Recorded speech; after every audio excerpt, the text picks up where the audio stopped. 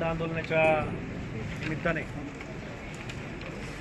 जिल्ह्याचे नेते आदरणीय देवधरचे निकम साहेब, उत्पन्न बाजार समितीचे सभापती आदरणीय संजयरावजी काळे साहेब, जिल्ह्याचे दुसरे नेते आदरणीय अनंतरावजी चौगुले साहेब, माऊलीशेठ खांडागळे आहे, आमच्या बाजार कमिटीचे सर्व संचालक बंधू आणि भगिनी, आत्ताच अनेक शेतकऱ्यांनी आणि अनेक नेते मंडळींनी उद्विग्न अशी प्रतिक्रिया आपल्या सर्वांना या ठिकाणी दिली.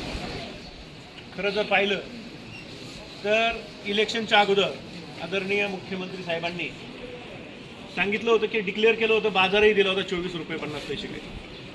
परंतु इलेक्शन झालं आणि निम्म्यानी कमी झालं, त्यांनी बाजार केला 1235.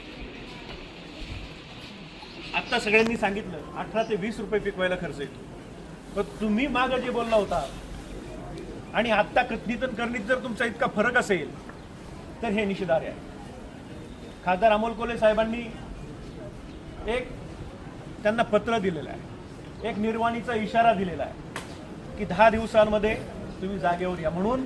संपूर्ण मंत्रिमंडळ दिल्लीत जाऊन बसलं आणि तडजोड करून कुठेतरी 15 रुपयावरती 15 रुपये 50 पैसे असा 80 पैसे असं त्यांनी डिक्लेअर केलेलं आहे.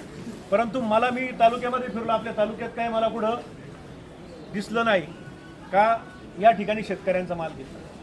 आता बाजार कमिटीबद्दल जर सांगायचं झालं तर आदरणीय संजय काळे साहेबांच्या मार्गदर्शनाखाली संपूर्ण संचालक मंडळ, बाजार कमिटीचं इतकं काम स्तुत्य आहे की बीड असेल, नगर असेल, जालना असेल, अगदी पंढरपूरवरून सुद्धा या मार्केट कमिटीमध्ये माल विकायला. आपण जर पाहिलं तर सगळ्या मार्केट कमिट्या उपबाजार 5 उपबाजार आहे. ग्रामीण भागामधली 1 नंबरची मार्केट कमिटी म्हणून काम करते. परंतु हे जरी करत असेल तरी काही गोष्टींची मर्यादा आहे. आपण पाहिलं की 2013 साली सोयाबीन हे 100 रुपये गेलं होतं ना. परंतु हे सरकार आल्याच्या नंतर यांनी सोया DOC आयात केली.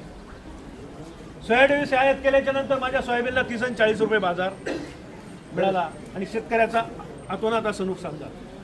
दुसरी गोष्ट अशी झाली का कांद्याची जी बाजारपेठ होती 2013च्या पूर्वी शेतकऱ्याच्या कांद्याला 70-80 रुपये, 40 रुपये, 50 रुपये हा बाजार प्रत्येक वर्षी होतच होता.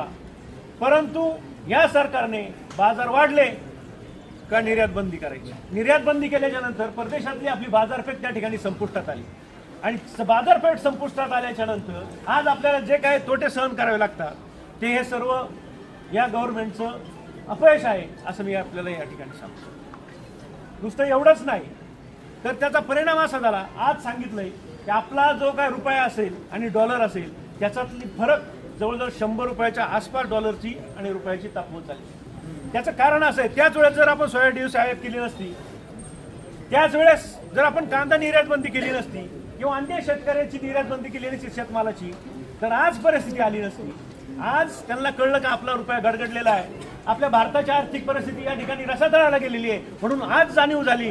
आणि माझ्या शेतकऱ्याच्या जवळचं सोयाबीन संपून गेल्याच्या नंतर आता त्यांना पैसा राहिलेला नाही बाहेरून सोया DOC वगैरे आयात करण्यासाठी आणि म्हणून त्या ठिकाणी आज सोयाबीनची बाजार 80 रुपये आणि त्याचा परिपाक म्हणून माझ्या शेतकऱ्याचं नुकसान होऊन त्या ठिकाणी व्यापाऱ्यांचं त्या ठिकाणी फायदा झालेला आहे. असू द्या, होऊ द्या, फायदा होऊ द्या, परंतु तुमची जी धरसोड आहे त्या धरसोडीचा प्रथमतः आपण या ठिकाणी निषेध करू. आपण या ठिकाणी आलात आणि संपूर्ण आमची मार्केट कमिटी हे संपूर्ण शेतकऱ्यांच्या बरोबर आहे आणि आजही सगळ्या शेतकऱ्यांना साथ देण्यासाठी संपूर्ण मार्केट कमिटी या ठिकाणी आलेली आहे.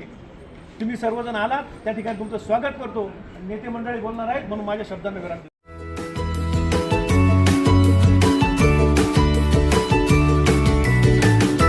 बातम्या शेतीच्या, बातम्या मातीच्या, बातम्या अन्यायाच्या, गुन्हेगारीच्या,